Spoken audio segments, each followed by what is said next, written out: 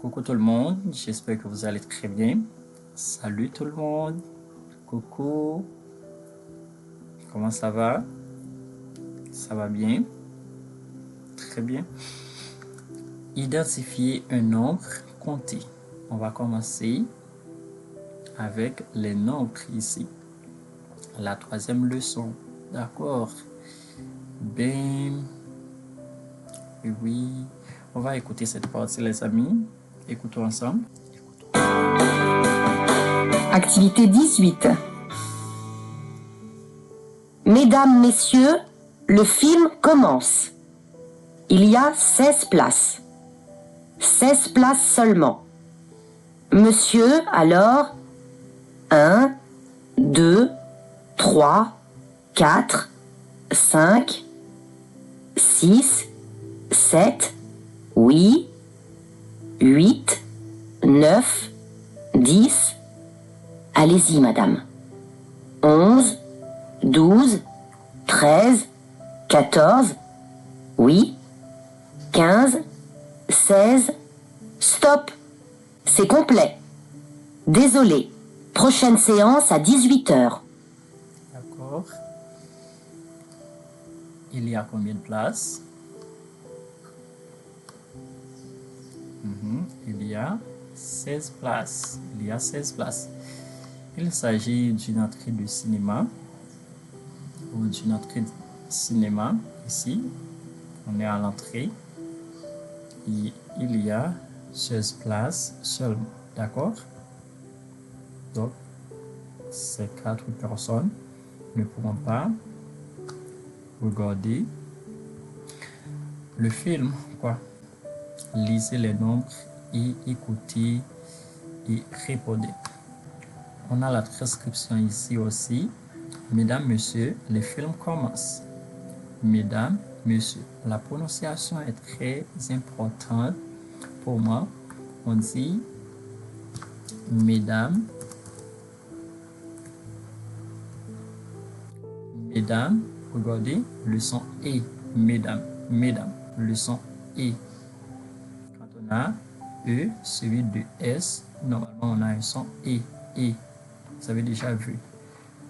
Voilà. E. Mesdames, Madame. C'est le pluriel de Madame. Et pour Monsieur. Et pour Monsieur, je vais écrire la forme singulière tout d'abord. Ici, on dit Monsieur. On en a déjà parlé. E. Monsieur. Mais pour la forme plurielle, regardons. Ici, on a ce symbole. Et Monsieur. Bon, les Français peuvent dire les deux. Vous pouvez entendre Messieurs ou Messieurs. Messieurs ou E. Les deux. Et souvent, on dit I. On le prononce I. Monsieur. D'accord? Monsieur. Ici, monsieur. Ici, monsieur. D'accord? Messieurs. Aucun problème. Les deux sont possibles. D'accord? Je vais vous faire écouter le pluriel. Écoutez avec le pluriel. Messieurs, messieurs, messieurs, Messieurs. messieurs, messieurs, messieurs, messieurs. Messieurs. Ok? Donc, souvent, on dit messieurs. Les amis, bonjour et bienvenue dans ce très court épisode du Français by Alex, dans lequel j'ai décidé d'apporter une petite correction à une faute que vous faites très souvent par écrit, dans les mails entre autres. Ce sont les abréviations concernant monsieur, madame, mademoiselle, mesdemoiselles, messieurs, mesdames, etc. Ça va être très rapide. Prenez un papier, un crayon, un petit peu de concentration et je vais énumérer ces abréviations très simplement, à ne pas confondre comme vous le faites très souvent avec les abréviations en anglais, vous allez voir. Mais même si ça paraît pas forcément très important, dans un écrit, dans un mail, dans une lettre, ça peut servir et moi ça me dérange quand les abréviations ne sont pas écrites correctement. C'est parti pour l'énumération des abréviations. Donc monsieur. Monsieur, on va simplement écrire M, comme je l'ai écrit ici. Monsieur, on écrit M. Dupont. Monsieur Dupont. Je sais que le mot entier s'écrit Monsieur et on prononce Monsieur. Monsieur, ça se termine par un R, même si on dit Monsieur, mais il ne faut pas écrire MR en abréviation parce que ça c'est en anglais. Mister, M.R. Dupont, ça veut dire Mister Dupont, ça veut pas dire Monsieur Dupont. En français, on écrit simplement la lettre M avec un point. Le deuxième, messieurs. Quand il y a plusieurs monsieur, on dit messieurs. Messieurs Dupont. Pour ceux qui connaissent cette BD, Tintin, les deux frères jumeaux, les frères Dupont, ce sont messieurs Dupont. Messieurs, on l'écrit MM. Dupont. À noter qu'on utilisera toujours des majuscules pour toutes ces abréviations dont je vous parle. La première, en tout cas, c'est toujours en majuscule. Donc, monsieur, M majuscule, point. Messieurs, M majuscule, les deux. M majuscule, point, Dupont. Comment écrit-on madame en abréviation? En anglais, MRS, je crois, sauf qu'ici on n'est pas là pour apprendre l'anglais, on est là pour apprendre le français. L'abréviation de madame, c'est M majuscule, M minuscule, E. M-M-E. Madame Dupont. Mesdames, quand il y a plusieurs dames, plusieurs madames. Mesdames, c'est M majuscule, M minuscule, E-S. M-M-E-S. Mesdames Dupont. Ça veut dire les deux Madame Dupont. D'accord? Mesdames, M-M-E-S. Mademoiselle. Comment écrit-on mademoiselle? Mademoiselle, on écrira ça, enfin, l'abréviation c'est M majuscule, L-L-E minuscule. M, L-L-E, blabla. Mademoiselle Dupont. M majuscule, L-L-E. D'accord? Mademoiselle Dupont. Mesdemoiselles, quand il y a plusieurs demoiselles, on va écrire M majuscule, L-L-E-S minuscule. Mesdemoiselles. Mesdemoiselles Dupont, par exemple. À noter, tiens, une petite astuce, quand vous rentrez dans une salle d'attente, vous allez chez le médecin, par exemple, chez le docteur, vous patientez dans une salle d'attente, eh bien, dans cet endroit, quand vous entrez, pour saluer tout le monde, vous pouvez simplement dire bonjour, mais une manière un petit peu élégante de saluer, ce serait messieurs, dames. Vous le saviez ça ? Rien à voir avec les abréviations, mais c'est l'occasion de vous le dire. Messieurs, dames, c'est une manière de saluer les personnes quand vous entrez dans une pièce et que vous ne connaissez pas ces personnes. Messieurs, dames, bonjour messieurs, dames, ou simplement messieurs, dames. Quelques autres abréviations qui peuvent servir. Si vous discutez avec un avocat, on dit maître, maître Durand.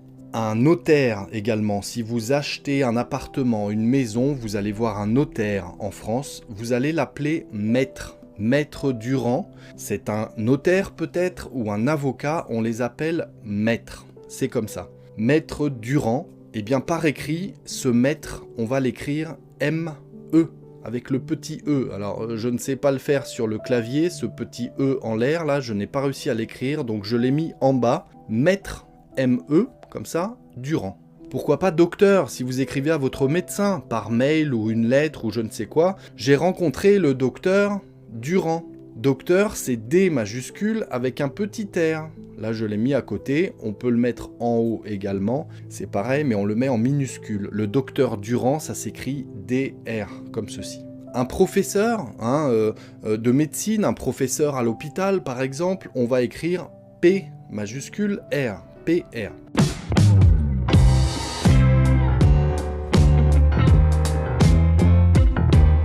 Bonjour tout le monde et bienvenue dans cette nouvelle vidéo d'Orthotypo. Je suis presque sûre que vous êtes déjà demandé quand est-ce qu'on abrège un titre de civilité, comment et si on leur met une majuscule. C'est ce que nous allons voir maintenant. Tout d'abord, qu'est-ce qu'un titre de civilité? Rappelons-le, les titres de civilité sont les titres de politesse qu'on attribue à une personne. Par exemple, madame, mesdames, mademoiselle, mesdemoiselles, monsieur, messieurs. Attention toutefois, car mademoiselle et mesdemoiselles sont de moins en moins usités. En effet, il n'y a pas plus de raison de désigner une femme par son statut marital qu'un homme. Comment abrège-t-on un titre de civilité? La règle générale est de prendre la première lettre du mot ainsi que les dernières. Madame s'abrège donc en M majuscule ME, le ME pouvant être mis en indice. Pour mesdames, c'est-à-dire le pluriel, on rajoute simplement le S. Mademoiselle suit la même règle, M majuscule LLE. On peut mettre le 2LE en indice. Pour mesdemoiselles, on rajoute simplement le S. Monsieur et messieurs, en revanche, suivent une autre règle. Ainsi, monsieur s'abrège en M majuscule point. Autrefois, l'abréviation de monsieur suivait la même règle. Ainsi, on l'abrégeait en M majuscule R, avec le R qui pouvait être mis en indice. Mais aujourd'hui, cette abréviation est l'abréviation du mot anglais Mr, d'où la nouvelle abréviation de monsieur en M point. Messieurs, quant à lui, s'abrège en MM point. Vous noterez que monsieur et messieurs, plutôt leurs abréviations, comportent un point. Ce point fait partie intégrante de l'abréviation, il ne peut pas être omis, quel que soit l'endroit de la phrase. De la même façon, les abréviations de madame, mesdames, mademoiselle, mesdemoiselles ne portent jamais de point.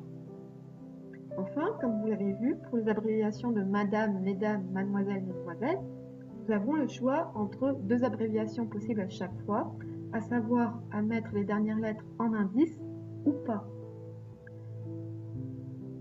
On peut donc choisir l'abréviation qu'on veut à condition d'être cohérent au sein d'un même texte. C'est-à-dire que si vous choisissez de mettre en indice le ME de madame pour une abréviation, vous mettrez en indice tout le long du texte à chaque fois qu'il y aura besoin. Dans quel cas abrège-t-on un titre de civilité? On les abrège devant un nom ou un prénom. Par exemple, Monsieur Dubois a croisé Madame Durand au parc ce matin, Monsieur le maire n'était pas là. Les deux premières abréviations se trouvent devant un nom propre, Dubois et Durand, ce qui explique les abréviations. En revanche, Monsieur le maire, Monsieur est suivi de l'article le, et donc il s'écrit au long. Doit-on mettre une majuscule à un titre de civilité? Comme vous l'avez peut-être remarqué dans l'exemple précédent, il n'y avait pas de majuscule à Monsieur le maire.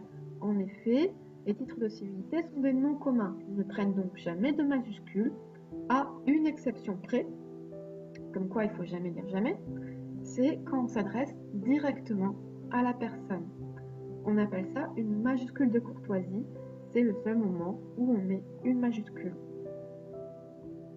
À l'attention de Madame la directrice des ressources humaines, Madame, c'est Monsieur Duchenoc qui m'a donné votre adresse, vous remercierez ce monsieur pour sa gentillesse. Vous noterez que le premier Madame prend une majuscule, car c'est à cette personne qu'on s'adresse directement, c'est donc la majuscule de courtoisie. Le deuxième Madame introduit une phrase, ce n'est donc pas la même majuscule. Monsieur Duchenoc, Duchenoc est un nom propre, monsieur est donc abrégé. Vous remercierez ce monsieur précède la préposition pour, il n'est donc pas abrégé. Vous remarquerez que directrice prend dans cet exemple aussi une majuscule, car les titres, fonctions et grades ont également la majuscule de courtoisie. Dans cette vidéo, vous allez vous intéresser à une question de lexique qui concerne l'emploi des majuscules et des minuscules. Alors, quand mettre une majuscule ou une minuscule? Eh bien, en français, la majuscule sert habituellement à deux endroits. D'abord, au début d'une phrase ou d'une prise de parole. Par exemple, « Elle m'a promis de venir », vous mettez une majuscule à « elle » pour indiquer que vous êtes au début de la phrase. Ou bien alors, dans « Elle m'a promis, ouvrez les guillemets, je viens », vous mettez une majuscule au début pour montrer que vous êtes au début de la phrase, mais aussi lors de la prise de parole entre les guillemets à « je », puisque c'est le début d'une autre prise de parole. Deuxième cas où l'on met des majuscules en français, sur les noms propres ou les noms considérés comme des noms propres. Par exemple, quand vous dites « j'ai vu Louise », vous mettez une majuscule à Louise car c'est un nom propre, c'est un prénom. Mais aussi lorsque vous dites « j'ai entrevu la vérité », dans ce cas, vous considérez que la vérité est un nom propre, parce que c'est quelque chose de très important, alors vous y mettez une majuscule. Évidemment, ce genre de cas est rare. Cependant, certains noms sont considérés comme des noms propres. C'est le cas par exemple des noms de peuples. Lorsque l'on parle des Français ou des Anglais comme le peuple anglais, ici on met une majuscule. Lorsqu'on dit une période historique, par exemple on parle de la Renaissance ou de la Révolution, on met une majuscule.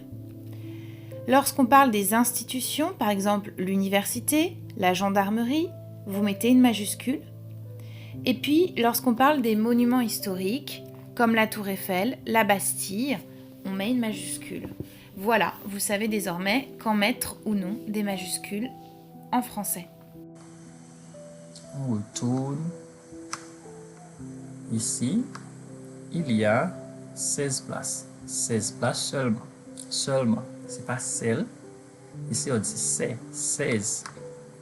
La transcription phonétique, quand vous doutez, n'oubliez pas qu'on en a parlé. Donc, c'est pour vous aider quand vous doutez. Vous avez un doute seulement. Seulement. D'accord? Quand vous avez un doute. On dit le doute est masculin.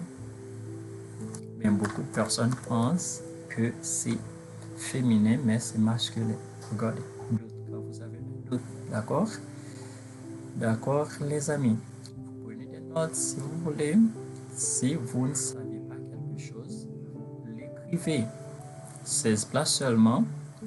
Monsieur, alors 1, 2, 3, 4, 5, 6, 7, 8, 8, 9, 10. Allez-y, madame.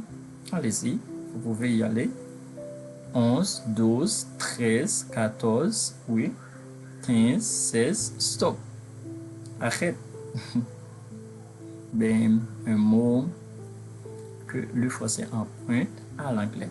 C'est un mot de la langue anglaise. Donc, on appelle ça anglicisme. Mais quand on parle vite, on va dire anglicisme. On aura un son avec l'assimilation.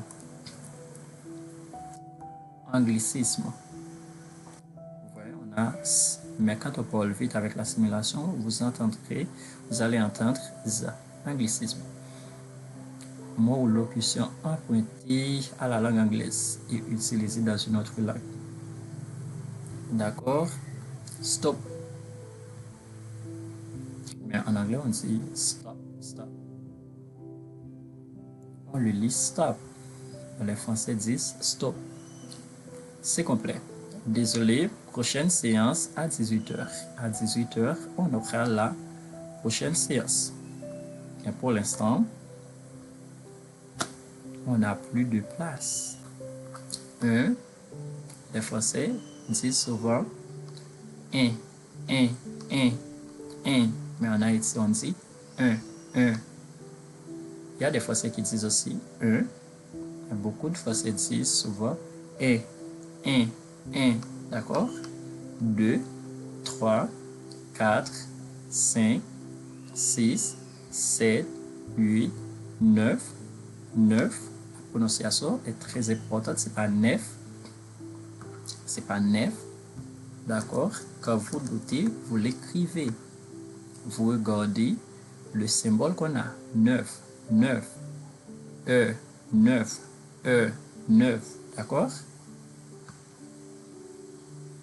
9, 10, 11, 12, 13, 14, 15, 16, 17, 18, 19. Ici, on aura le sauce 16, 17.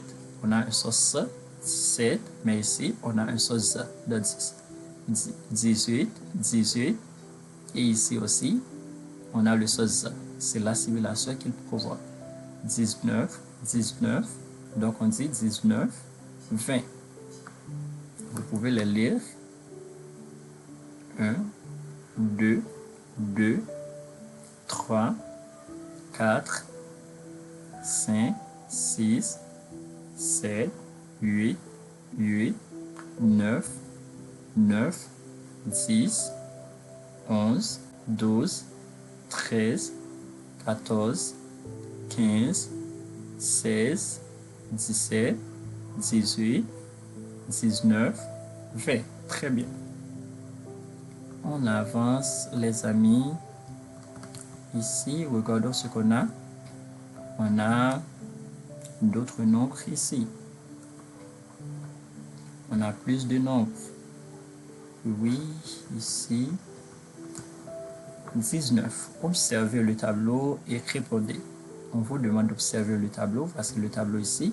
Et répondez aux questions. Vous allez répondre aux questions. O ici, c'est A, U, X. Aller nous donne O. On ne va pas dire aller, on dit O. Aller nous donne O. On va en parler, soyez patient. 1. Les nombres en vert sont simples ou composés. En vert. Simple ou composé. Les questions pour vous. La première question. Les nombres en vert, simples ou composés. La deuxième question. Les nombres en rouge sont simples ou composés.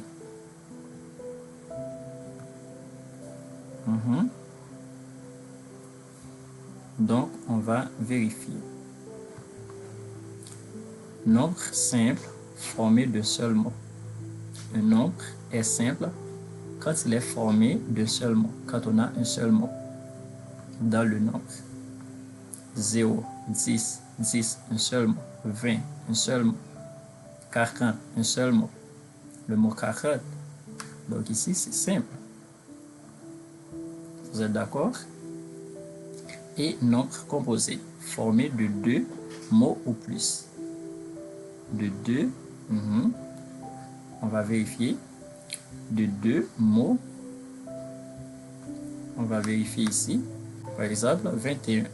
On a 20, on a et, on a 1. On a 3 mots ici. C'est pas ainsi. 3, c'est ainsi. On a 3 mots ici. 31 ou 31. On a combien de mots? 3 mots aussi. 22. On a 2 mots ici. 33. 2 mots ici. Donc les nombres en rouge sont composés. Vous êtes d'accord? On continue. B, complété avec et ou tiret. Tiret. Est-ce qu'on aura et ici ou tiret?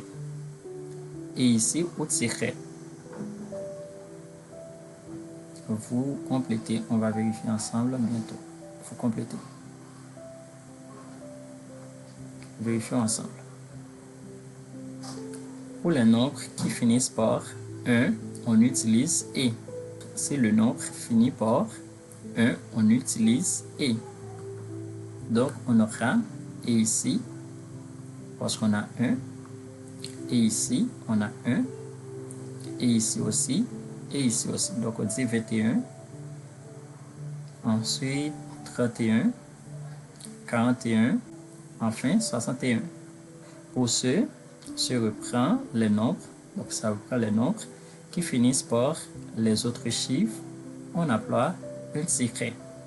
On appelle ce symbole tiret. Si l'on n'a pas un à la fin, on va utiliser tiret. 22, on met un tiret. 29. Ici aussi, 34. D'accord?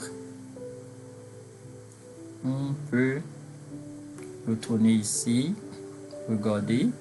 Donc, et, parce qu'on a un à la fin. Et, mais ici, tiret, tiret, tiret, tiret, tiret, tiret, tiret, tiret. Parce qu'on n'a pas un à la fin. D'accord? C'est très important lorsque vous écrivez les nombres.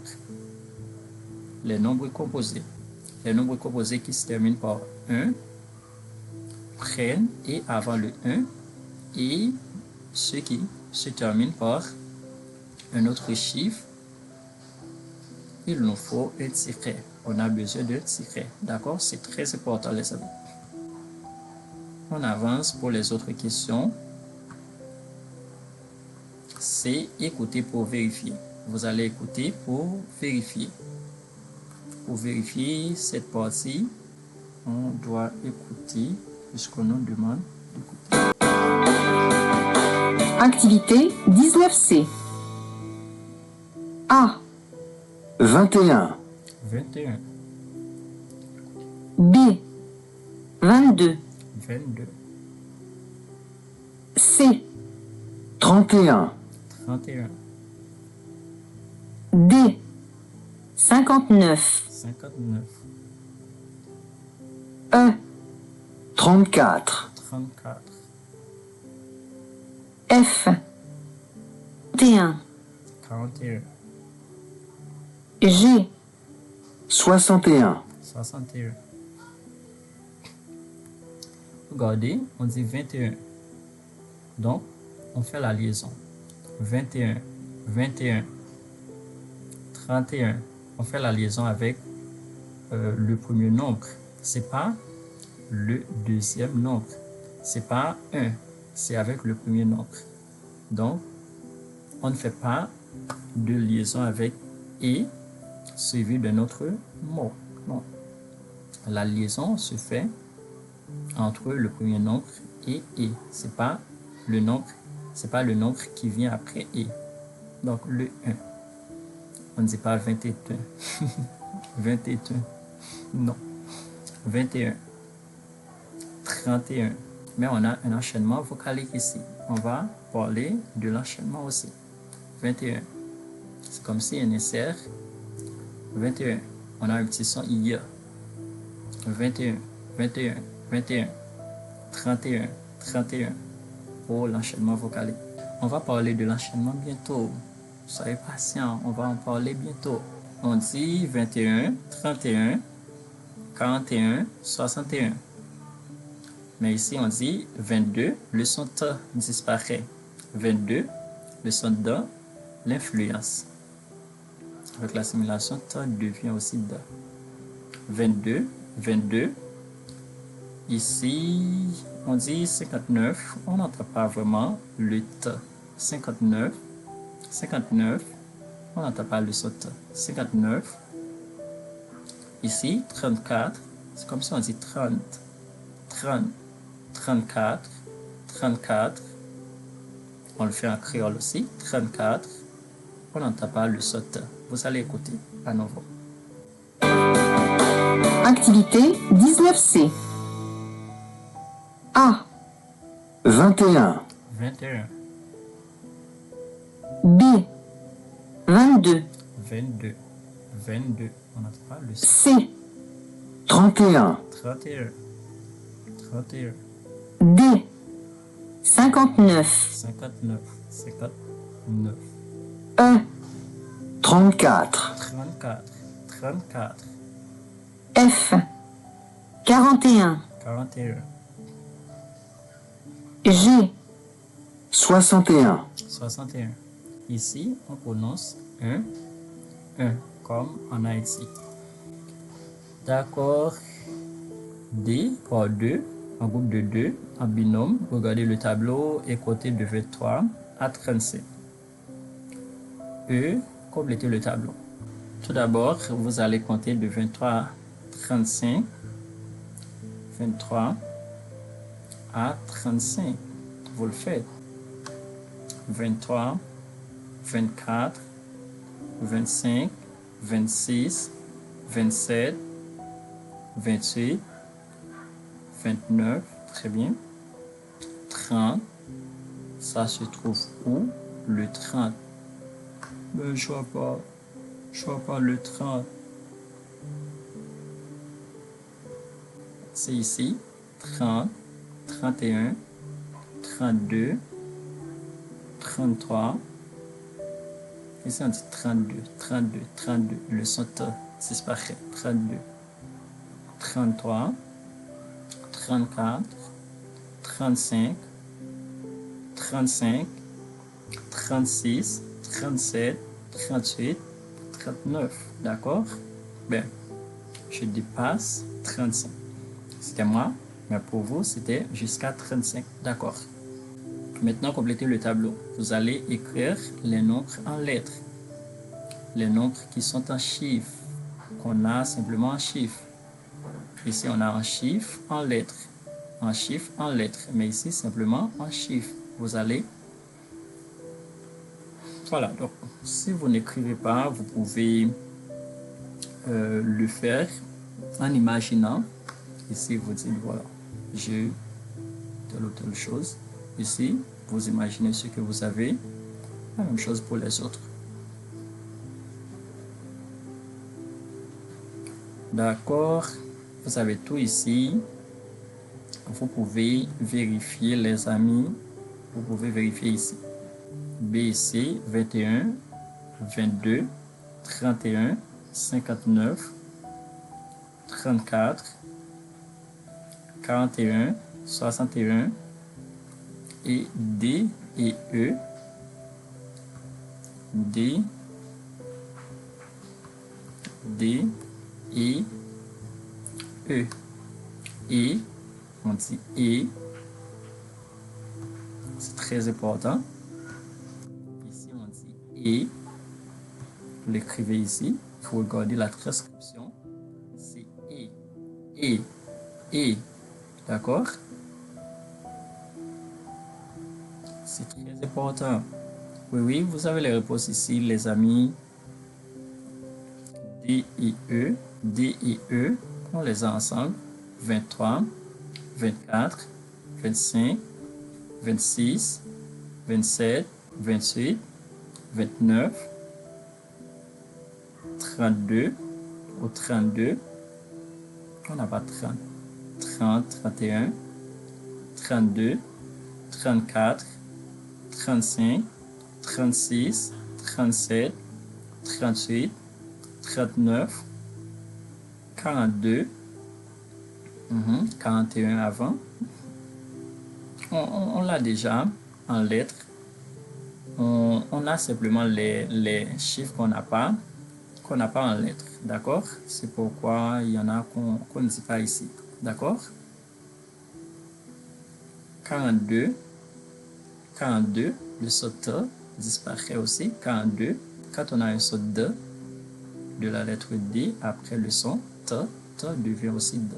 42, 43, 43, 45, 46, le T, vous pouvez l'oublier aussi. 46, 47, 48, 49, 52, 2.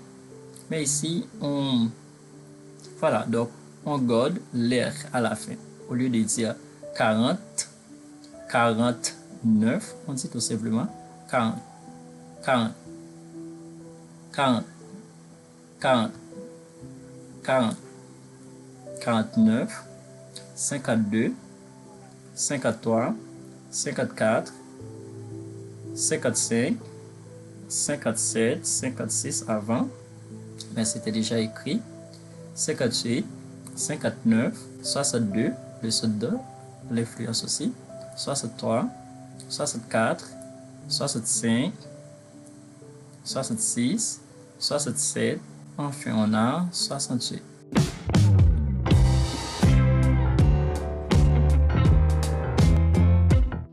Bonjour tout le monde. Faut-il écrire un nombre au long ou au court? Je suis sûre que vous êtes déjà posé la question. C'est ce que nous allons voir dans cette vidéo. Nombre au long ou nombre au court? Tout d'abord, il faut savoir ce que ça veut dire. Un nombre est écrit au long quand il est écrit en toutes lettres. Par exemple, ici, 93 est écrit en toutes lettres, il est écrit au long. En revanche, un nombre est écrit au court lorsqu'il est écrit en chiffres. Ici, 2019 est écrit en chiffres, il est donc écrit au court. Maintenant, pour savoir quand est-ce qu'on doit écrire un nombre au long ou quand est-ce qu'on doit l'écrire au contraire au court, il faut d'abord savoir à quel type de texte on a affaire.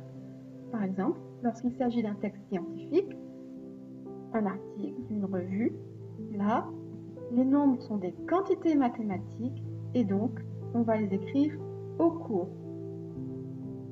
Si maintenant on a affaire à un texte officiel, comme une lettre par exemple, alors les nombres ne sont plus des quantités mathématiques mais des valeurs qui engagent et donc on les écrira au long. À présent, voyons ce qui se passe dans un texte littéraire. Dans un texte littéraire, les nombres sont des mots comme les autres. Ils ne doivent pas être distingués des autres mots, ils ne doivent pas ressortir par rapport aux autres mots. En conséquence, on les écrit au long. À ceci, il y a plusieurs exceptions, mais la plupart de ces exceptions varient suivant les sources. Je ne vous en présenterai donc que deux. Une exception qu'on trouve tout le temps, c'est celle des dates qui, elles, s'écrivent systématiquement au cours. C'est-à-dire que, par exemple, le 1er juillet 2019, on va écrire 01 juillet 2019, ou alors 1er en abrégé, juillet 2019. On n'écrira jamais 1er juillet 2019 en toutes lettres. L'autre exception que je veux vous présenter, qui est une exception qui ne fait pas consensus parmi les spécialistes, mais qui est assez largement répandue, c'est celle des heures. Lorsqu'une heure est approximative, elle s'écrit comme les autres nombres au long. Par exemple, il est environ 9 heures. 9 heures est écrit au long. En revanche, si une heure est précise, là, elle s'écrit au court. Par exemple, il est 21h ou alors il est 10h15. Notez ici que donc, si 21, 10 et 15 sont bien écrits en chiffres, il y a une différence entre les deux, c'est que heure est écrit en toutes lettres, alors que heure est écrit en toutes lettres pour 21h, alors que pour 10h15, j'ai utilisé le symbole de l'heure, c'est-à-dire le H, et non pas, attention, l'abréviation. Le symbole de l'heure est un H minuscule, et non pas majuscule, et qui ne s'écrit pas en indice. Notez également que ce symbole est entouré d'espaces, il est encadré par des espaces. Ni 10 ni 15 ne sont collés à heure, au H qui symbolise l'heure. Alors, pourquoi est-ce que pour 21h, j'écris heure en toutes lettres et pas pour 10h15? C'est que 21h, non seulement c'est une heure précise, mais en plus c'est une heure juste, exacte. Il n'y a pas de minutes après 21, c'est 21h pile. 10h15 est aussi une heure précise, mais ce n'est pas une heure pile, ce n'est pas une heure exacte, ce n'est pas 10h pile. Si j'avais voulu marquer 10h, j'aurais marqué heure en toutes lettres. J'aurais marqué 10 en chiffres, comme j'ai mis pour 21, mais j'aurais marqué heure en toutes lettres. Ici, il y a des minutes après heure, et donc heure est en symbole avec le H uniquement. Alors, récapitulons, résumons. Les textes scientifiques sont marqués, ou plutôt ont leurs noms qui sont écrits au cours. En revanche, les textes officiels, eux, ont leurs noms qui sont écrits au long. Les textes littéraires suivent approximativement la même règle que pour les textes officiels, c'est-à-dire que les nombres sont écrits au long, pour une raison complètement autre, c'est-à-dire qu'il faut que les nombres ne ressortent pas au milieu des autres mots. Les dates, quel que soit le type de texte, sont écrites au cours. Et enfin, les heures, si elles sont approximatives, sont écrites au long. Si elles sont précises, sont écrites au cours.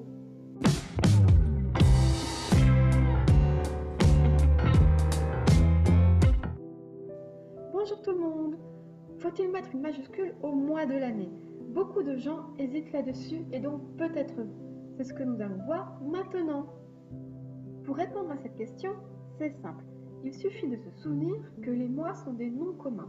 Ils prennent donc une minuscule. Par exemple, aujourd'hui, nous sommes le 17 juin 2019. Juin prend une minuscule. Attention toutefois, car cette règle a une exception. Ce sont les dates historiques. Vous savez, ce sont ces dates d'événements marquants de l'histoire. On considère que ces dates sont des noms propres. De fait, le mois prend une majuscule, comme par exemple le 14 juillet 1789 ou le 11 septembre 2001. Ici, il s'agit de dates historiques et donc juillet et septembre prennent une majuscule. Attention encore, car si le 14 juillet et le 11 septembre ne désignent non plus les dates des événements historiques mais des dates lambda sur le calendrier, alors on récupère la minuscule. Par exemple, si vous demandez quel jour sommes-nous jeudi et qu'on vous répond mais jeudi c'est le 14 juillet, alors vous n'aurez plus qu'à rester dans votre lit douillet comme le dit la chanson. Ici, juillet est une date lambda sur le calendrier et donc minuscule à juillet. On retourne dans le livre maintenant les amis. 20, le numéro 20. Écoutez et choisissez le nombre entendu. Par 2, dites les nombres. Écoutez. Activité 20A. A. 15, 15. B. 13. Vous entendez? 13. C. 27, Vous entendez? 27. D. 40. 40. Vous entendez? 40. E. 2, 2. F. 2. 16. 16. G. 18, 18. H. 21. 21. Ici, on dit D. La lettre c'est D. D. D. D. C'est très important. Vous devez prêter attention à tout pour moi. Bien, on a déjà vu l'alphabet. La lettre c'est D. D. Mais le nombre c'est 2. 2. 2. Donc, on dit 2. Regardez, on a le son E à la fin. 2. 2. 2. Et ici, on dit 2. 2. Le son E. E. 2. 2. D'accord? C'est très important. D. 2. 2. D'accord? C'est très important. À ne pas les confondre. À vous ici, par 2, dites les nombres. Mais si vous êtes en classe, vous le faites par 2. Vous n'êtes pas en classe, vous le faites vous-même. 21 maintenant. Écoutez et complétez la liste des stands de la journée européenne. De l'exemple, Grèce, stand des 15. Il faut s'écouter. Activité 21.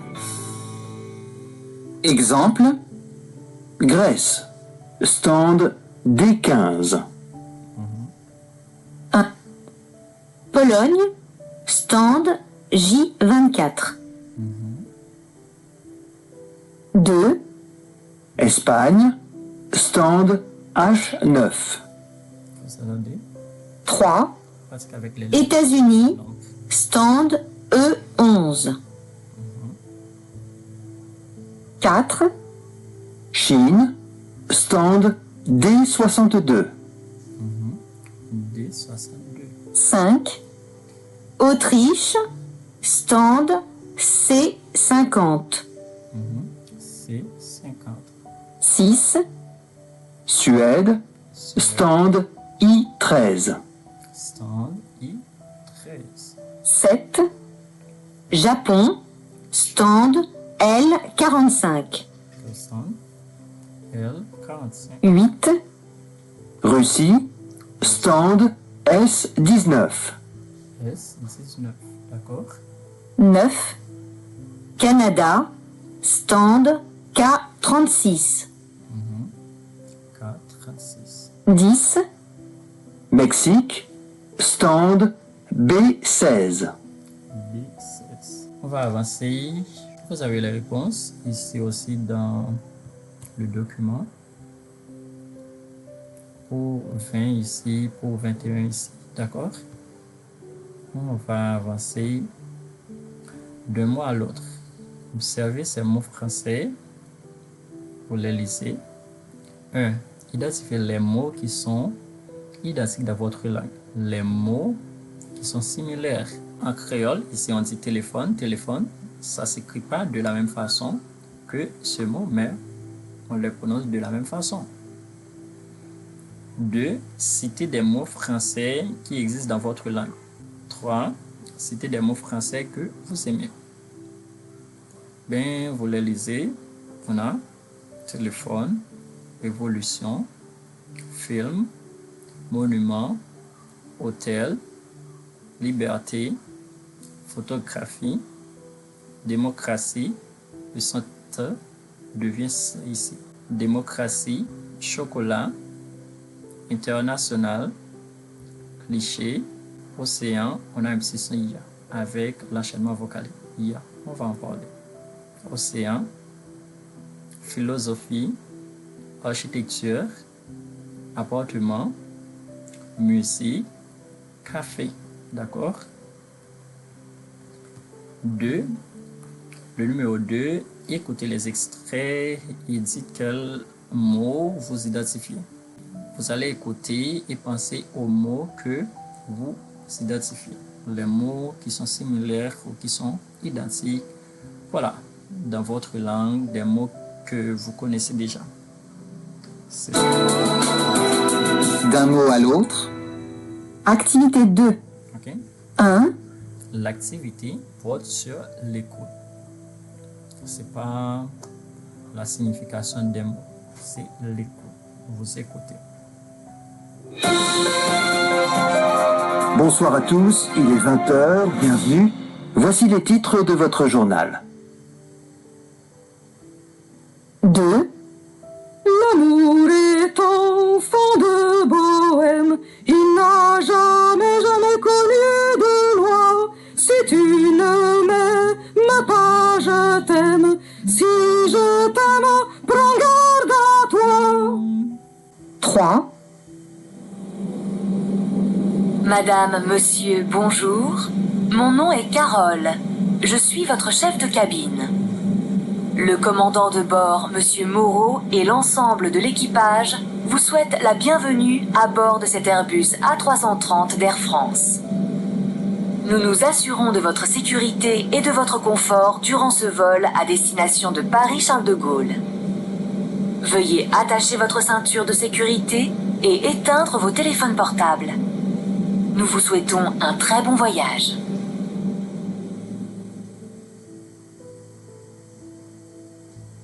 Quatre.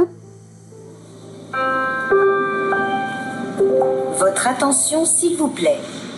Voie 2, le TGV numéro 5236 à destination de Paris-Montparnasse va partir.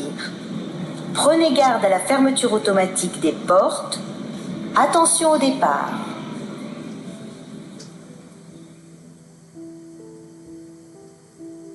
Cinq. Bonjour, qu'est-ce que je vous sers? Un café et un verre d'eau s'il vous plaît. Et voilà. Merci.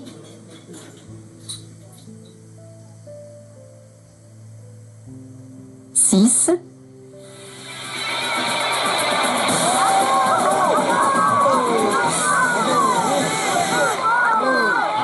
Merci. Merci. Merci. Merci beaucoup. Merci beaucoup. Bravo, bravo. Merci. Merci beaucoup. Vous avez la transcription ici. Donc, vous pouvez réécouter l'audio et lire la transcription ou avec la transcription. D'accord? On avance. On passe au numéro 3. Quelle personnalité française connaissez-vous? Littérature, mode, sport, cinéma, etc. Un petit groupe, faites une liste. Comparez vos listes. Quel groupe connaît beaucoup de personnalités ou beaucoup de personnalités? Personnalités, c'est des gens célèbres, des gens très connus. Par exemple, Dans cette liste, on va trouver Zidane, Platini. Donc, vous pouvez mettre la leçon en pause. Vous essayez de penser à quelques personnalités françaises que vous connaissez. Si vous êtes en classe, vous le faites ensemble. 4. Connaissez-vous les prénoms des personnalités suivantes? En petit groupe, complétez les prénoms. Exemple, voilà, vous complétez. Alexandre Dumas. A, E, vous complétez ici. Voilà, vous ajoutez les lettres manquantes. Vous essayez de le faire ensemble. Ensuite, on va vérifier. Donc, vous le faites. Vous mettez la leçon en pause. Vous le faites. Vous mettez, nous mettons. Il ou elle met. On dit il ou elle met. Je mets, tu mets, il ou elle met. Regardons ensemble. Voici la conjugaison ici. Je mets, tu mets, il ou elle met. Nous mettons, vous mettez, il ou elle met. Bien, vous écoutez. Vous écoutez ici. Je mets, tu mets, il, elle met. Nous mettons, vous mettez, ils, elles mettent. Et vous êtes dans l'accueil et tout ce que vous entendez, vous mettez sur la page blanche. Il y a des petits gestes simples. Mettez un petit tabouret en face de vos toilettes. Mettez un petit pouce, sentez-vous libre de partager. Vous mettez davantage de pression sur l'autre jambe. Et vous êtes dans l'accueil et tout ce que vous entendez, vous mettez sur la page blanche. Il y a des petits gestes simples. Mettez un petit tabouret en face de vos toilettes. Mettez un petit pouce, sentez-vous libre de partager. Vous mettez davantage de pression sur l'autre jambe. D'accord. Vous pouvez vérifier pour la partie 2. Mots les plus transparents ou connus. Cette liste peut varier de groupe à l'autre.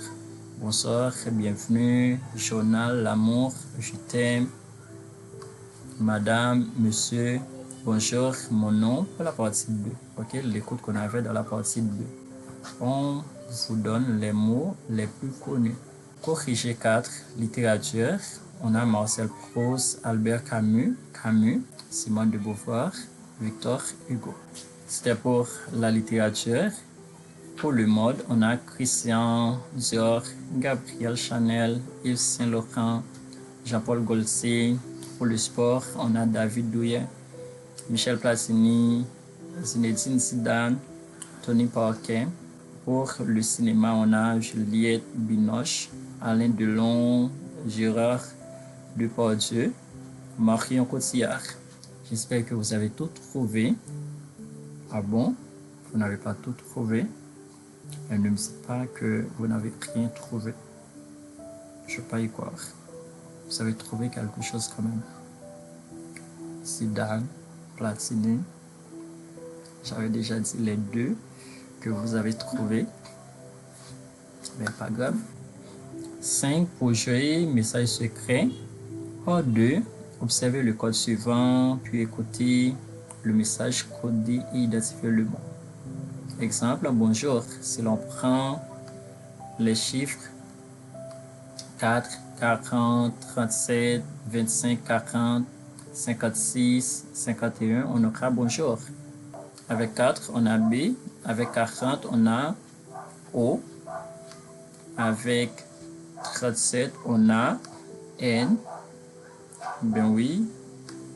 Avec 37, on a N. Ainsi de suite. Donc, message secret. Message codé, c'est un message secret. Un message codé est un message secret. On peut le déchiffrer ou décoder pour le comprendre. Par 2, écrivez 2 mots français avec le code. Vous pouvez essayer de trouver d'autres mots. Les mots que vous connaissez. Ensemble, vous jouez. Vous allez écouter après, mais pour l'instant, vous pouvez le mettre en pause pour le faire. Si vous n'êtes pas en classe, vous le faites tout seul. B, par 2, écrivez 2 mots français avec le code. Dites les messages codés. Le groupe identifie les mots. D'accord, on va écouter ensemble. Activité 5. Exemple 4. B, 40, O, 37, N, 25, J, 40, O, 56, U, 51. R. R. Bonjour. Bonjour. 4, 4, 22, 22, 4, 22, 12, 12, 37, 37, 58, 58, 12, 12, on aura 37, bienvenue, 37, 56, 56, 12. 12. Bienvenue. Donc, vous pouvez jouer ensemble, là, les amis, si vous êtes en classe maintenant. On est ici, la communication en classe. La communication en classe, on dit communication. Il y a des gens qui disent communication, mais normalement, c'est communication. Même les Français disent communication. Mais souvent, on a le son O quand on a une consonne prononcée après le O. Et cette consonne termine le mot. Par exemple, comme. Comme. Le E à la fin d'un comme n'est pas prononcé. Donc, le son de consonne termine le mot. On dit comme. Mais ici, pour communication, c'est pas la même chose. D'accord? Même si dans la phonétique, on vous donne disons, le symbole O, souvent on aura le son O. Regardons ensemble. Je crois qu'on aura le symbole O. Bien sûr, le symbole O. On va essayer d'écouter ensemble. On va écouter ensemble. Communication, communication, communication, Communication. communication, communication, D'accord? Mais avec comme, c'est pas la même chose. Mais avec comme, comme, comme. D'accord? Une forme de communication. La communication du 21e siècle. Après, j'ai suivi des études de communication et de journalisme. Découvre à travers les technologies, à travers la communication. Changement de nos modes de communication, tout change, tous les éléments sont bouleversés. Et trouver comme critique que c'était qu'il peignait comme un enfant. Les sets tels qu'ils sont constitués comme genre. Il y a des équipements comme la cuve et l'enceinte du réacteur, puisqu'on suppose que comme il est noir avec une majuscule. Une forme de communication. La communication du 21e siècle. Après, j'ai suivi des études de communication et de journalisme. Découvre à travers les technologies, à travers la communication. Changement de nos modes de communication, tout change, tous les éléments sont bouleversés. Et trouver comme critique que c'était qu'il peignait comme un enfant. Les sets tels qu'ils sont constitués comme genre. Il y a des équipements comme la cuve et l'enceinte du réacteur, puisqu'on suppose que comme il est noir avec une majuscule. Vous êtes d'accord avec moi? Je sais pas tout. Donc, si vous n'êtes pas d'accord, aucun problème. D'accord? Communication en classe. Écoutez et dites où ces phrases sont prononcées. Vous allez écouter et vous allez dire où l'on prononce ces phrases. Les phrases ici. Lisez et dites pour chaque phrase qui parle. La communication en classe. Écoutez bien, on dit la communication en classe. La communication en classe. La communication en classe. Activité 1. 1. Écoutez le dialogue. 2. 2. Répétez, s'il vous plaît. Répétez, s'il vous plaît. 3. Regardez la photo. Regardez la photo. 4. Quelle est la différence entre tu et vous? Quelle est la différence entre tu et vous? 5. Écrivez la réponse. Écrivez la réponse. 6. Répétez la phrase. Répétez la phrase. 7. Cochez la bonne réponse. Cochez la bonne réponse. 8. Soulignez les questions. Soulignez les questions. 9. 9. Comment ça se prononce? Comment ça se prononce? 10. Parlez plus fort. Parlez plus fort. 11. Ouvrez le livre. Ouvrez le livre. Ouvrez le livre. 12. Comment on dit house en français? Comment on dit house en français? Maison. 13. Fermez le livre. Fermez le livre ou votre livre. 14. Comment ça s'écrit? Comment ça s'écrit? 15. Travailler en groupe. Travailler en groupe. 16. Travailler par deux. Travailler par deux. 17. Je ne comprends pas. Je ne comprends pas. 18. Je ne sais pas. Je ne sais pas. 19. C'est à quelle page? C'est à quelle page? Maintenant, c'est où, d'après vous? C'est où? Où sont les phrases prononcées? Eh bien, c'est en classe. En classe, c'est en classe, c'est simple. 2. Lisez et dites, vous allez lire et vous allez aussi dire pour chaque phrase qui parle, le professeur ou l'étudiant. Est-ce que c'est un étudiant ou une étudiante qui parle ou un professeur?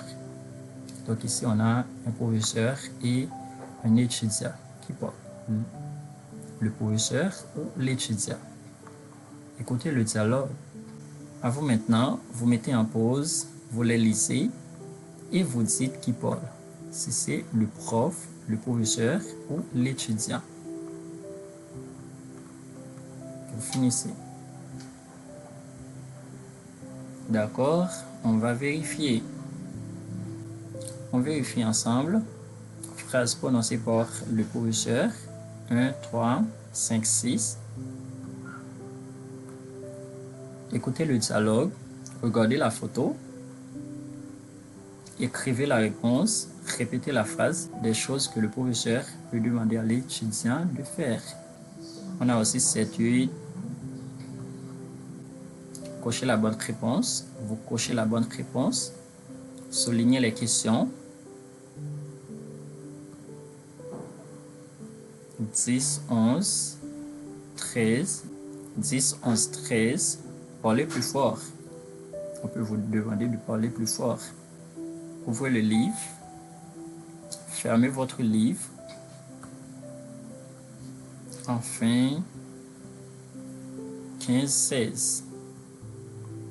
15, 16. Travaillez en groupe. Travaillez par deux. Et les autres pour l'étudiant. 2, 4, 9. Regardons ensemble. 2. Répétez s'il vous plaît. 2. Répétez s'il vous plaît. On peut demander au prof de répéter si l'on n'entend pas. 4. Quelle est la différence entre tu et vous? On demande au prof quelle est la différence entre les deux mots. Mais le professeur ou le prof peut aussi poser cette question. On peut demander aux étudiants la différence entre deux choses. Avant de donner la réponse aussi, les étudiants ont déjà appris la chose. De aussi répéter s'il vous plaît. On peut aussi demander aux étudiants de répéter ou à l'étudiant s'il s'agit de ça. 9, 12, 14, 9. Comment ça se prononce? La même chose aussi. Le professeur peut aussi demander. 12, comment on dit house en français? C'est un mot anglais. Ça signifie maison en français. On dit maison en français. Le professeur peut aussi demander, d'accord? Tout dépend de la situation ou du contexte. 14, comment ça s'écrit? Je ne comprends pas. Puis, 18, je ne sais pas. C'est à quelle page? On est à la page 30. On va dire on est à la page. On est à une page. On est à la page 12. Alors à la page 12. Passons à la page 15. D'accord? Notez bien, selon le contexte, les phrases peuvent être prononcées par le professeur ou les apprenants. Par exemple, 2 et 4. Donc, je vous l'avais déjà dit. Le contexte, la situation. D'accord? Ici, une partie d'aide-mémoire à retenir. Les articles définis, le professeur, le livre, la photo, la réponse. l'étudiant, l'étudiante, les étudiants, les réponses. On va en parler davantage, mais on a le avec un nom masculin, comme vous le savez. La avec un nom féminin. Le ou la devient l'apostrophe devant un nom qui commence par une voyelle. Et on a les. Dans les français, on dit souvent les. Voilà. Là, on dit les deux. Ici, dans mon pays, on dit les. Les ou les. Les deux. Mais aucun problème si vous voulez parler comme un français, vous dites les élèves. Si l'on dit les pommes, il y a des gens qui peuvent penser qu'on dit le pomme. La prononciation n'est pas la même. Les pommes, le livre, les pommes. Donc, aucun problème de dire les ou les. Mais moi, je dis souvent les. Je suis haïtien. Et si vous voulez parler comme un français, aucun problème. Tout type le, ça dépend de vous. D'accord, on avance. Vous pouvez identifier le genre à partir de votre dictionnaire. Si vous tapez le mot, réponse, regardez avec moi, féminin. Si vous écrivez le mot livre, masculin, d'accord? Le pluriel, normalement, c'est quand on a un S à la fin, d'accord? Mais il y a des mots pluriels qui ne se terminent pas par S. On va les voir. D'accord, donc, regardons ce qu'on dit ici. L'aide-mémoire, les articles définis permettent de rappeler la règle en lien avec le vocabulaire de la classe. Donc, le vocabulaire de la classe, les mots utilisés en classe, d'accord? Et oui, on avance. C'est la fin du dossier. Vous avez des exercices. On a des exercices maintenant. Vous allez mettre en pause. Ensuite, on va vérifier. Numéro 1, par 2. Identifier et appeler les prénoms. Si vous êtes en classe, essayez de le faire ensemble. Vous n'êtes pas en classe, vous le faites tout seul. Je vous donne quelques secondes. Vous mettez en pause, vous le faites. On vérifie ensemble. On a Roman, Alexandre, Lucas, Marianne, Olivier, Raphaël, Emma, Maxime. Le numéro 2. Faire connaissance. Associer les questions et les réponses. Les questions ici, les réponses ici. Vous mettez en pause, vous le faites. Ensuite, on vérifie. Votre prénom, s'il vous plaît. Et on vérifie ensemble. 1B. Votre prénom, s'il vous plaît. Je m'appelle Karine. 2D. Et puis, s'il vous plaît. Karine. 3F. Votre nationalité. Ici, je suis autrichienne. Vous choisissez ce qui fait sens. Vous parlez anglais? Oui, anglais, allemand et français. 5. Votre collègue est autrichienne aussi ou est autrichienne aussi? Non, elle est allemande ou elle est allemande. Collègue. Bien la même chose, vous allez voir un symbole pour le son O. Mais on aura, voilà, le son O. Collègue. Je vais le jouer pour vous.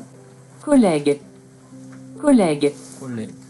Une collègue qui est serrée de trop près par un collègue un peu libidineux qui lui tient l'épaule. Auprès d'un collègue. C'est qu'un élève qui aide ses camarades de classe, demain, c'est un collègue de travail qui va aider ses collaborateurs.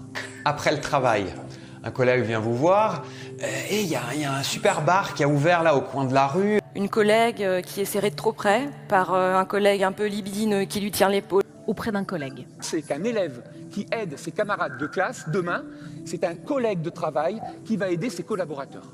Après le travail, un collègue vient vous voir et il y a un super bar qui a ouvert là au coin de la rue.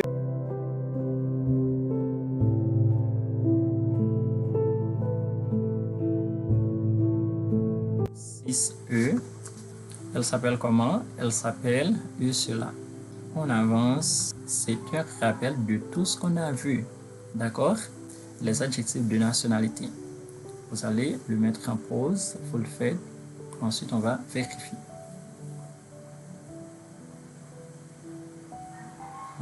Ici, on aura camerounais. Ici, suédoise. Ici, suédoise. Vous pouvez vérifier ici. Suédoise, américain. D'abord, camerounais.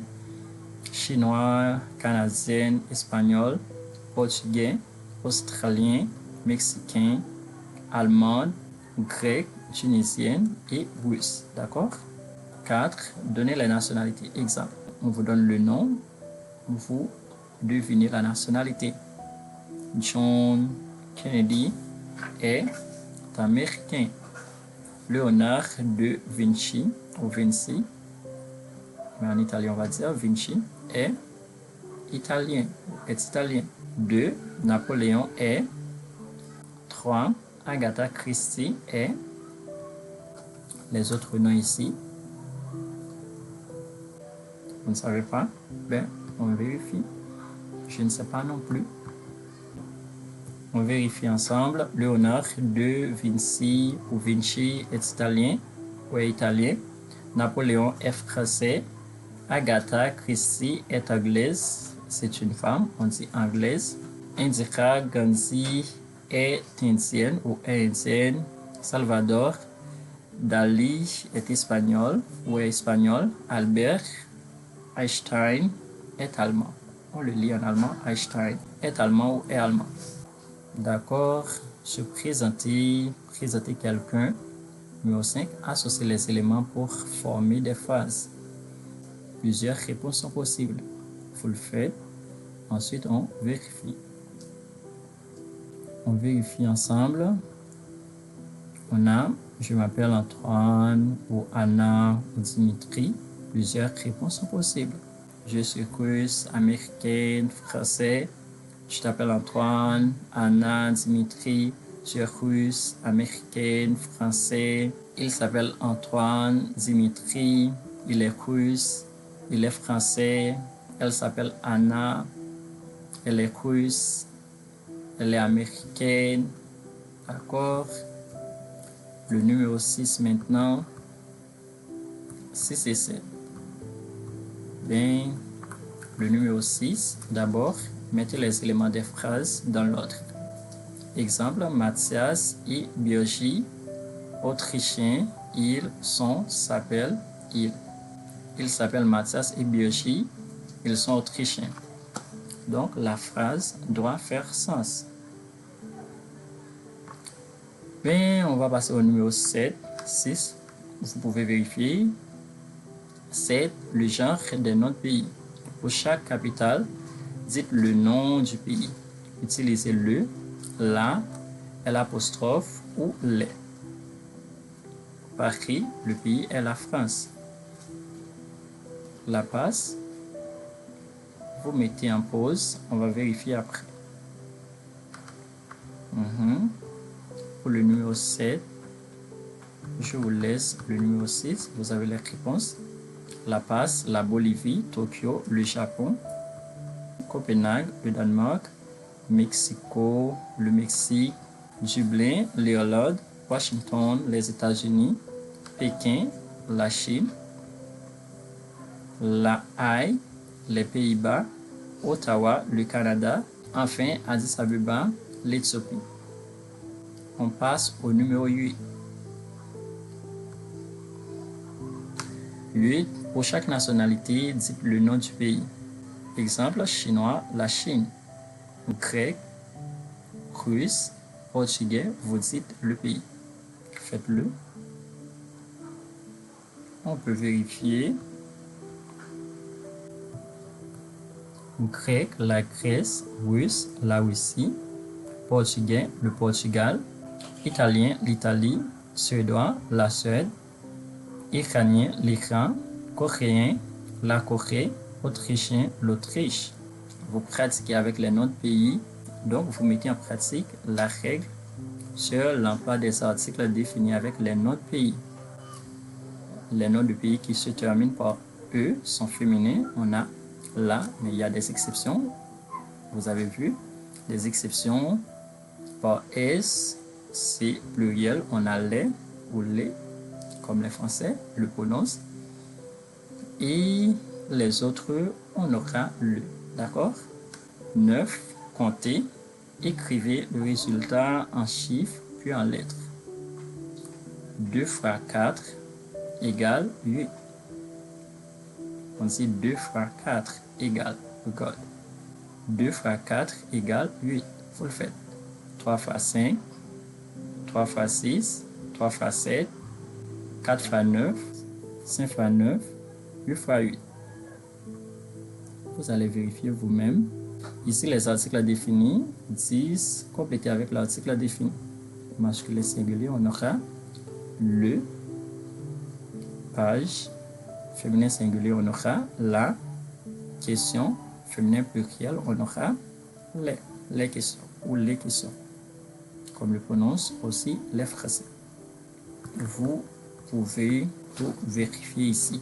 D'accord?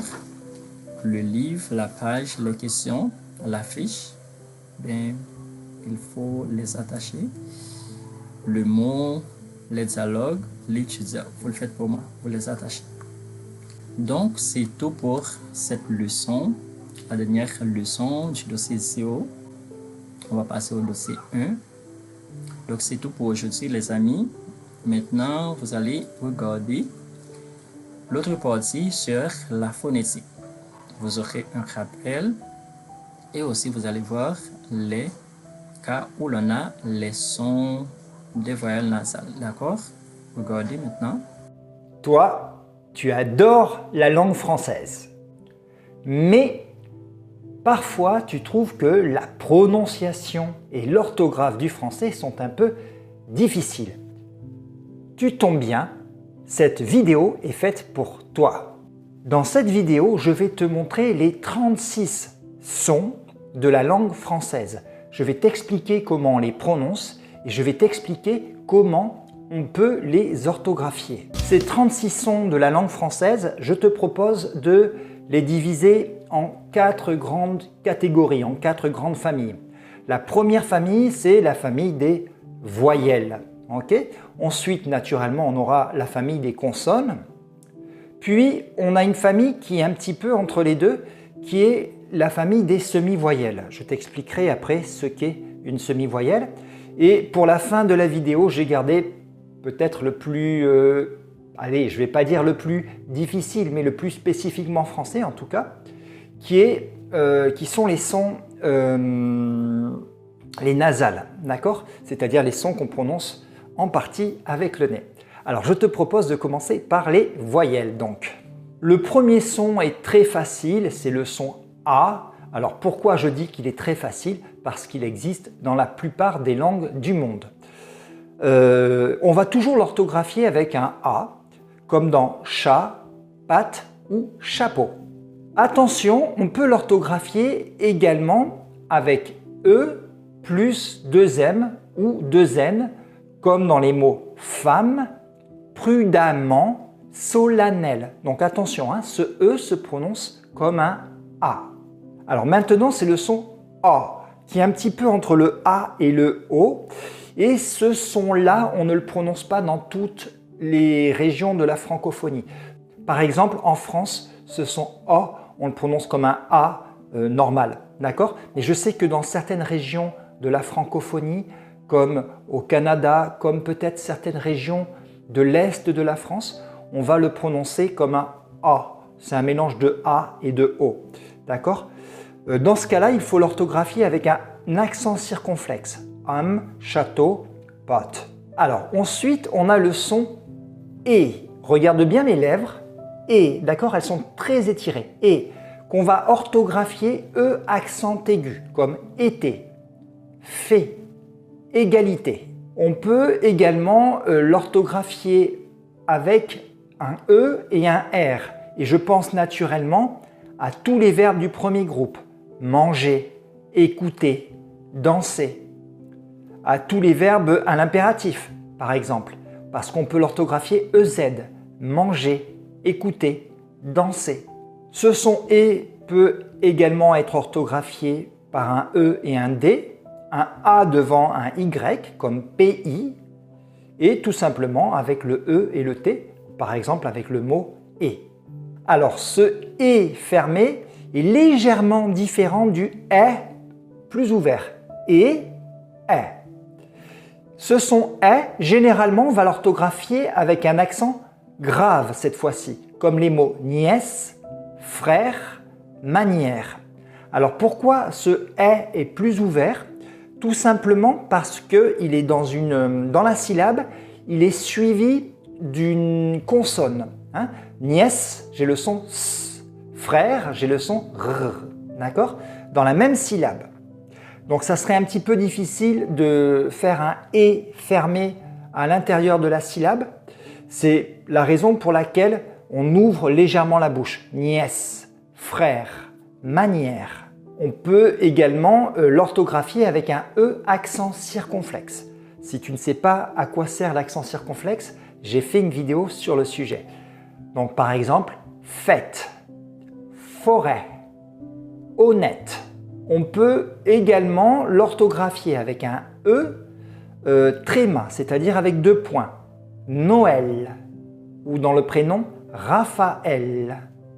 Ok? Alors les 2 points servent tout simplement à dire que c'est une voyelle qu'il faut prononcer. Hein? Si je ne mets pas ces 2 points, on prononcerait neul. Mais comme il y a les 2 points, ça nous indique qu'il faut prononcer ce « est ». Noël. Généralement, ce son « est » peut s'écrire « e » suivi d'une consonne. Belle, baleine, sel. Allez, je passe à un autre son qui est le son « e ». Donc ce son « e », c'est le même son que « et », mais avec les lèvres très avancées. « E », « e ». On va l'orthographier « e », « u », comme « bleu », « je », « ce ». Je dois sentir de la pression ici. Hein? Ok? Alors même chose, je peux ouvrir légèrement cette voyelle et dans ce cas-là, on va avoir le son « e » qui est un peu plus ouvert. Pourquoi? Pour la même raison, c'est parce que j'ai une consonne dans la même syllabe. Peur, seul, veulent, cœur. D'accord? Donc tu vois qu'on peut l'orthographier avec EU ou un E dans l'eau suivi d'un U. Ça c'est pour quelques mots seulement. Alors ensuite j'ai un son qui est très spécifique, c'est le son E qui se prononce de la même façon, mais il a cette particularité que c'est un E qui a tendance à disparaître et que généralement les Français ne prononcent pas. C'est vrai qu'on peut dire la cerise, c'est correct, mais la tendance quand même c'est que en français on va dire la cerise. On ne va pas dire la cheminée, d'accord? Sauf si je veux faire attention et que je parle très lentement. Mais normalement, je vais dire la cheminée. Même chose, je ne vais pas dire je le prends. Je vais dire plus facilement je le prends. Généralement, c'est un E qu'on ne prononce pas. C'est la raison pour laquelle en alphabet phonétique, on l'a renversé. Le son suivant est assez facile parce que là aussi, c'est un son qui existe dans beaucoup de langues. C'est le son O. Ok? Do, lo, mo. Donc je peux l'écrire avec un O, je peux l'écrire avec un O accent circonflexe. To, un dôme. On peut également orthographier ce son avec les lettres A, U, comme pomme, ou E-A-U, comme beau, veau. Tout ceci se prononce de la même façon. O. Toujours la même chose avec les voyelles, je peux ouvrir légèrement pour placer une consonne. Bol, vol, sol. Puis j'ai le son I que l'on va écrire avec un I, tout simplement, hein, vite, limite, rapide, ou avec un tréma, laïque, naïf, stoïque. Donc là, le tréma est très important parce que si je ne mets pas le tréma, je vais prononcer ces mots lec, nef, stoic. Mais comme j'ai mis le tréma, je prononce le i. Laïque, naïf, stoïque. Je peux l'écrire également avec un accent circonflexe, comme les mots il, abîme, et Nîmes. Et enfin, on peut écrire ce son avec un Y, comme les mots style, donc il faut bien le prononcer à la française, pays, en 2 syllabes, hein, pays, et le mot ABI, pareil, c'est 3 syllabes, ABI. Le son suivant est un peu plus spécifique à la langue française, c'est le son U, qui est un petit peu comme un I, mais avec la lèvre très avancée. U, lune, pull, voiture. Je peux également l'orthographier avec un U accent circonflexe. Mur, volume, fut. Ce son U, on ne doit pas le confondre avec le son OU. Le son OU en français s'orthographie généralement avec les combinaisons des lettres O et U, comme moule, boule, rouler. Plus rarement, et c'est plutôt pour les mots qui sont d'origine anglaise, on peut également l'écrire avec un double O, comme les mots cool, look et mook, qui sont 3 mots qui sont rentrés dans la langue française.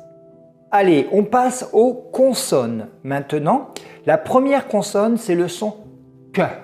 Et ce son que, on peut l'écrire avec un C, mais pas, attention, pas n'importe comment, c'est un C qui est suivi des lettres A, O ou U. Par exemple, chocolat, camembert, curieux. Je peux l'écrire avec la lettre Q. Cacique, brique, coq. On peut l'écrire tout simplement avec la lettre K, comme képi, koala, basket. C'est plus rare, mais c'est possible. Le que peut s'écrire avec un C et un H, comme écho, chlore, chrome. Alors attention, ce C et ce H peuvent également se prononcer ch, chic, choc, cher. Ce son ch peut également s'écrire SH pour des mots pareils. Ce sont des mots qui généralement viennent de la langue anglaise, comme shopping, shoot, ou alors SCH, comme le mot schéma. Allez, on passe à la consonne S, qui va s'écrire tout simplement avec un S, comme dans simple, souple. Généralement, quand on double le S, c'est qu'il est situé entre 2 voyelles. Par exemple, assuré, j'ai une voyelle devant, A, une voyelle après, U, et donc on va doubler le S justement pour obtenir le son S. Ce son S peut s'écrire avec un C devant les voyelles I, Y et E, comme citron, cèpe et cyclisme. Si cette lettre C est placée devant un A, un O et un U, il faut mettre une cédille pour le prononcer comme un C. D'accord? Donc on peut écrire ce son S avec une cédille, comme français, avançons, conçu. Attention, cette lettre C peut s'écrire T, I plus une autre voyelle, comme les mots attention, action, acrobatie. D'accord? T, I et une autre voyelle. Alors ce son S, il ne faut surtout pas le confondre avec le Z qui est vibrant. Okay? Ce Z vibrant, on va l'écrire avec la lettre Z, zoo, zone, zèbre. Ou alors avec un S entre 2 voyelles. Mais attention, cette fois-ci, il y a un seul S. Bise, mise et buse. C'est également le son que l'on retrouve à chaque fois qu'on a une liaison. Par exemple, les amis, 2 ans. Donc les liaisons vont toujours se prononcer Z. Puis j'ai la consonne P qu'on peut écrire avec un P ou un double P, comme Paul, papa, appel. La consonne B qu'on va écrire avec un B ou un double B, bol, bébé, AB. M comme maman, mur ou pomme. Donc là c'est pareil, avec un M ou un double M. Même chose pour le N, nord, ani, nouille. Un N ou deux N. Bon, je passe un peu vite sur ces consonnes-là parce que généralement, ce ne sont pas des consonnes qui posent des problèmes aux élèves qui apprennent le français. La suivante, c'est le T. Taureau, taxe, jette. Là aussi, tu vois qu'on peut l'écrire avec une seule lettre ou deux lettres. Jette, on va doubler le T. Ok ? Alors parfois, les élèves confondent, ça dépend de la langue d'origine. Certains élèves peuvent confondre le T avec le D. Dormir, dans, pas dit. Pareil, un D ou deux D. Le son suivant est un peu plus spécifique à la langue française, c'est le son ñ, comme Allemagne, signature ou champagne. Et tu vois que ce son ñ s'écrit toujours avec un G et un N. On passe au son G, donc on va l'écrire avec la lettre G devant une consonne, grand, gros, glamour. Ou alors devant un A, un O ou un U. Gant, bague, gaulle. Donc tu vois que c'est une tendance de la langue française, c'est que lorsque une consonne est suivie d'un A, d'un O ou d'un U, on va le prononcer d'une façon assez dure, comme un G ou un Q. En revanche, s'il est placé devant un E, un I ou un Y, on va le prononcer d'une façon douce, comme se, je. Voici l'exemple parfait. Ici, j'ai trois mots qui sont suivis d'un E, d'un I ou d'un Y. Géométrie, girafe, gyroscope. Et là, le G va se prononcer je. Ce son je, c'est le même son, peut s'écrire avec un J. Joute, enjeu, joker. Le son L, qu'on va écrire avec un L ou deux L, lit, lac, aller. Son très français, c'est le son R, d'accord? Alors, c'est pas un R comme en espagnol, c'est pas un R, c'est entre les deux, c'est intermédiaire, c'est R, ok? Il faut que les cordes vocales interviennent et on va l'écrire avec la lettre R ou un double R. Rare, arrangé, bord. J'ai envie de dire, pour ce R, pas facile à prononcer, mais facile à écrire.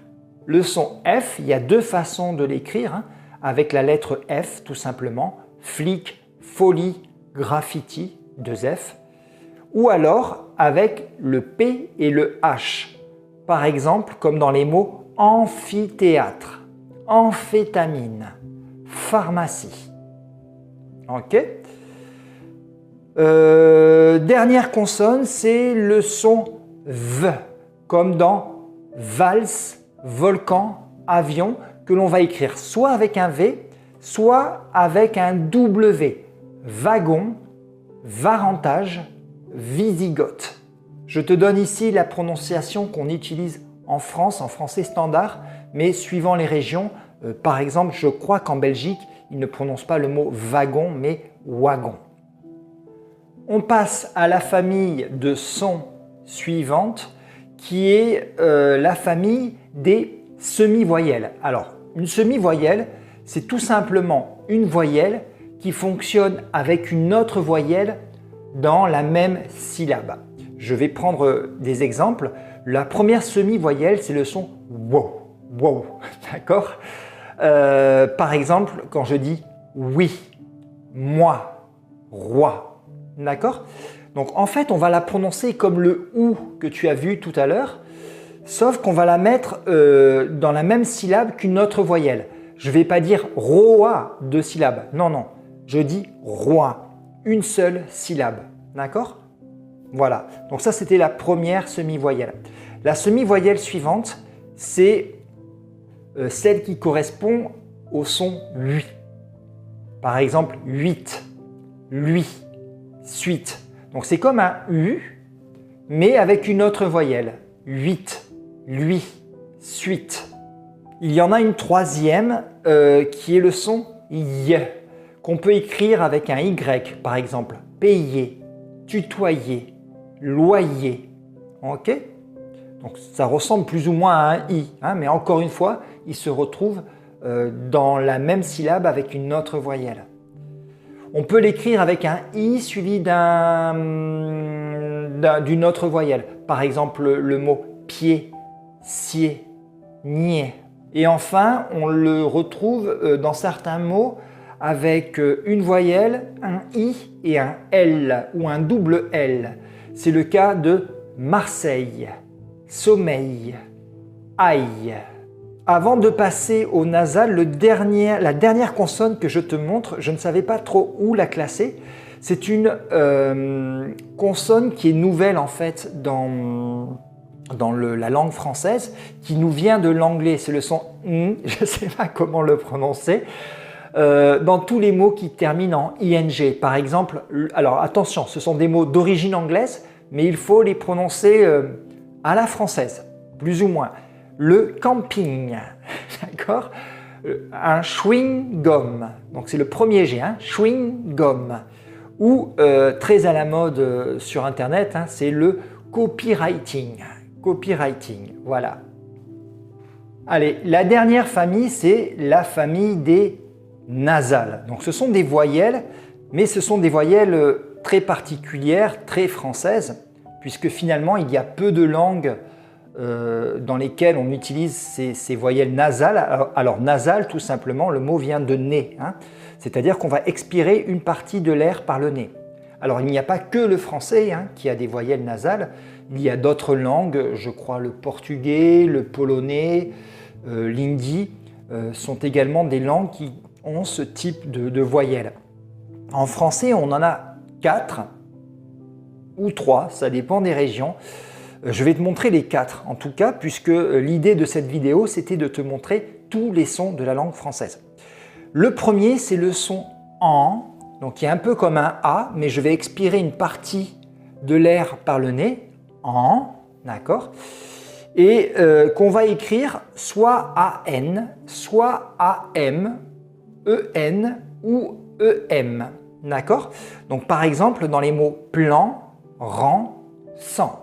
Ou alors rampe, lampe, ambiguïté. Là, je l'ai écrit AM. Pourquoi? Parce que à chaque fois, la nasale est placée devant un P, un B, et la règle dit que lorsque le son en est placé devant un M, un B ou un P, il faut absolument mettre la lettre M et pas N. Alors c'est toujours le même son, en, et je te l'ai dit, on peut l'écrire EN ou EM, comme vent, lent, tente, ou emmener, emporter, emmagasiner. C'est beaucoup plus rare, on peut l'écrire également AON, mais je n'ai pas beaucoup d'exemples, j'ai trouvé que ces 2 exemples, fan, pan, qui dans les 2 cas sont des animaux de la forêt. Ensuite, on a une deuxième nasale qui est le son on, qui correspond plus ou moins à un O nasalisé. On, long, ronde, compte. Donc tu vois qu'on va l'écrire ON ou alors OM, pompe, compte, bombe. Puis on a une nasale qui est particulière puisqu'on ne la prononce pas dans toutes les régions francophones, c'est le son 1. Lundi, jungle, humble. D'accord? Moi je la prononce bien parce que j'habite dans le sud-ouest de la France et j'ai bien compris qu'il était important de bien le prononcer. D'accord? Mais souvent on va le prononcer comme un 1, pas lundi, lundi. Donc c'est plus ou moins la même chose. Ce son 1, il y a plein de façons de l'orthographier en français, je vais te les montrer. Je peux l'écrire IN ou IM comme l'Inde, le pays, hein, vin ou simple. Je peux l'écrire AIN ou AIM, pain, fin, daim. Je peux l'écrire EIN, plein, ceinture. Je peux également l'écrire EN, mais attention, EN précédé d'un I ou d'un Y, sinon tu sais que ça fait en. Mais c'est souvent avec les nationalités ou les professions, hein, italien, opticien, citoyen. Là, on va le prononcer comme un 1. Et finalement, alors pareil, c'est plus rare, mais on peut l'écrire avec un YN ou YM comme les mots syndicat, symbole, teint. Voilà, c'était les 36 sons de la langue française. Je te les ai tous donnés, y compris les sons qui étaient peut-être régionaux, qu'on ne trouve pas dans tous les pays de la francophonie. Et je t'ai donné à chaque fois toutes les orthographes possibles pour que tu saches les écrire. Merci beaucoup. Donc, je vous laisse les amis, je vous laisse. N'oublie jamais que tu as beaucoup de valeur et que le monde t'attend. Donc, profite bien de tes 24 heures de temps pour $24, comme je l'interprète souvent, pour atteindre tout ce que tu veux, tout ce que tu désires. Je vous aime beaucoup. À bientôt. On se revoit dans le dossier 1. Salut. Il n'y a personne qui soit comme Jésus. Il n'y a personne qui soit comme Jésus.